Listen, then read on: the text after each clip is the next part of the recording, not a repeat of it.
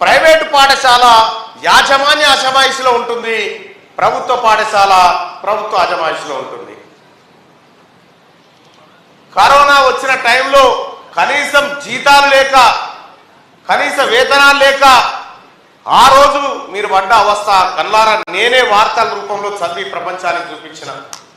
ఇంకంతే కాదు, మీకు జరిగినటువంటి బాధను చెప్పినాం. ఇవాళ ప్రైవేట్ స్కూల్ యాజమాన్యాలు ఏమన్నంటే పోతే క్యాంపెయినింగ్ పోవాలి, మీరు ఇంటింటికి పోయి పిల్లగాళ్ళని బతిలాడి తీసుకొస్తే ఇదో కార్యక్రమం. అసలు మీరు చేయాల్సిన పని ఏంది, చేస్తున్నది ఏంది, అసలు మీకే అర్థం కాకుండా ఉంటున్నది.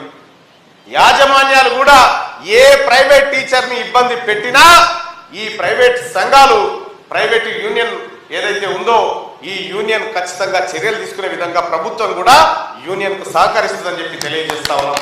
ఇక గతంలో ఉన్నటువంటి